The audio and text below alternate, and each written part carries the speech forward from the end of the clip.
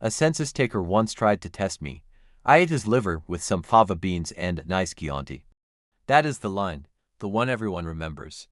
The hiss of breath, the wet sound, the way he looks directly at the camera, at you, and smiles. Not a smile of malice, a smile of appreciation. Like he is sharing a recipe with an old friend, like you are the old friend. Hannibal Lecter has been on screen for less than 25 minutes in The Silence of the Lambs. He won Anthony Hopkins an Oscar for those minutes. And he became one of the most terrifying characters ever created. Not because he is a monster, because he is not. The final cut is a masterpiece, but the first draft is a war zone. This is Between the Frames, today, the villain. To understand Hannibal Lecter, you have to start not with what he does but with what he believes, because the doing is only the surface. Underneath it is a philosophy so internally consistent, so coldly elegant, that the more you examine it the more unsettling it becomes. Most villains want power, most villains want survival. Most villains want something we understand, something we could map onto greed or fear or rage. Lecter wants none of those things. Lecter wants beauty. He wants the world to be worthy of his attention. And he has decided, with complete and final conviction, that most of it is not.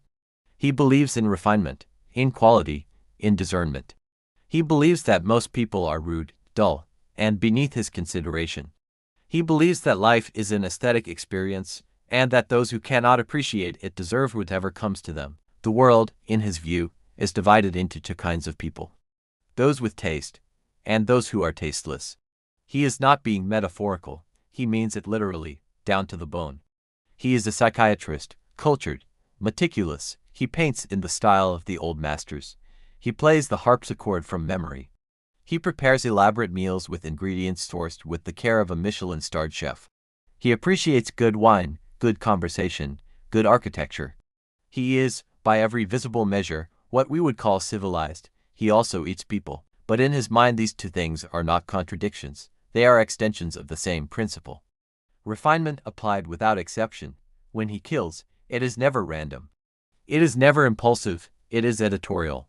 He removes from the world the people who offend his sensibilities. The flautist who played poorly in an orchestra he attended. The census taker who was intrusive and presumptuous. The man who was simply, irredeemably, terminally boring. To Lecter, rudeness is not a social failing. It is a moral one, the highest moral one. And he has appointed himself its corrector. This is what makes him impossible to look away from, not the violence, the conviction. The absolute, unshaking, internally logical conviction. Listen to how he speaks. Even when he is threatening, he is polite. Even when he is dissecting you with words, he is elegant. He does not raise his voice, he does not clench his jaw. He does not let his composure crack for even a fraction of a second. He is always, always in command. There is a particular kind of terror in someone who is never afraid. Who has decided, completely and permanently, who he is and what the world owes him. Lecter has no doubt, no hesitation. No crisis of conscience keeping him up at night. He sleeps well. And we, watching him, feel the pull of that certainty even as every instinct we have tells us to run from it. Because here is the uncomfortable truth about Hannibal Lecter. He is charming. He is genuinely, effortlessly charming. He is funny. He is, in a strange and deeply unsettling way, likable. We enjoy his company. We lean forward when he speaks. We want more. We want him to keep going. We laugh at his jokes. We admire his turns of phrase.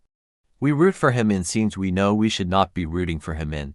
And that enjoyment is the trap he has set for us, without us ever realizing it, from the very first frame he appears in. In his first scene with Clarice Starling, he does not threaten her. He does not posture. He studies her.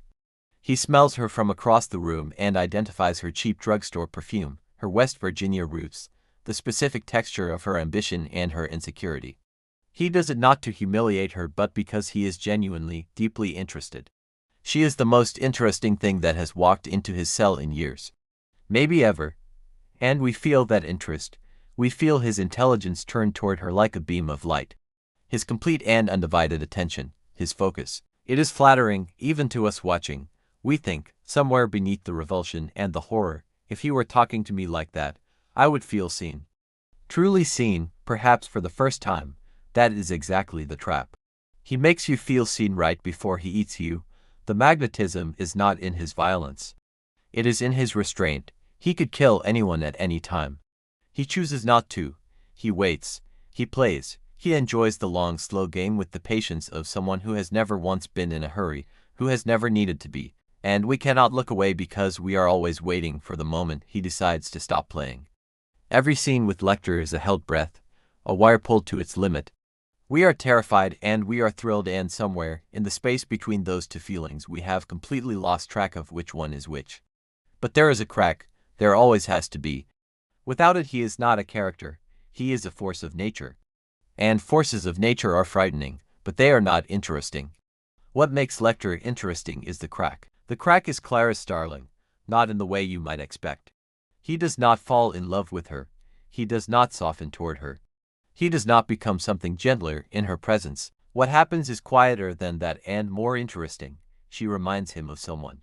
His younger sister, Misha, who died when he was a child, murdered in circumstances so terrible they fractured something in him that never healed. In the novels this is made completely explicit.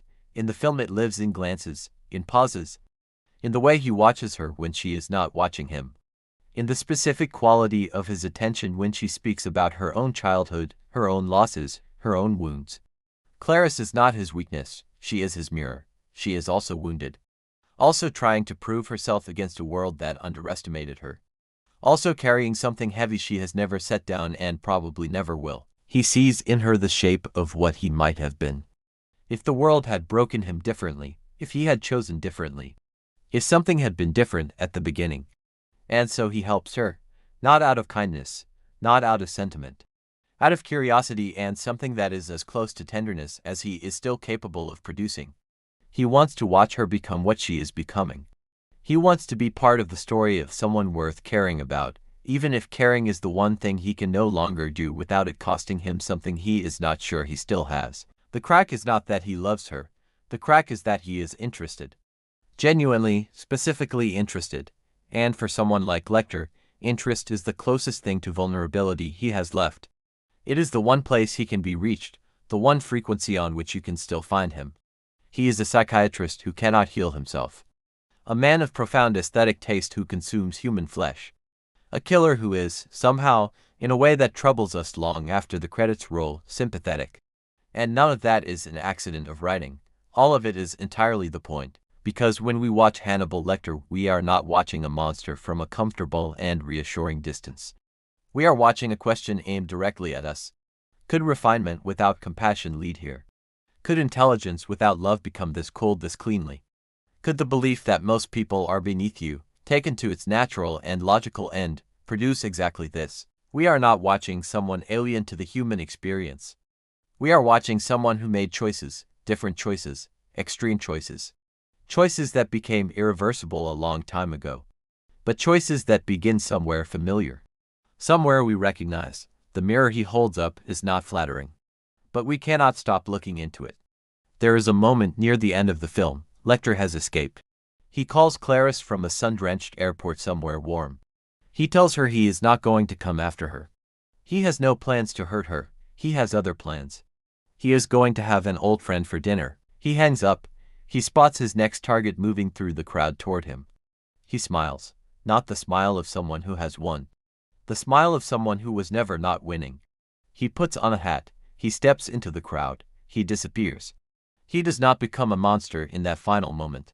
He was always one, he just wore better suits than the rest of them. The best villains aren't obstacles, they're mirrors. Next time, the Joker, and Why Chaos is Fair.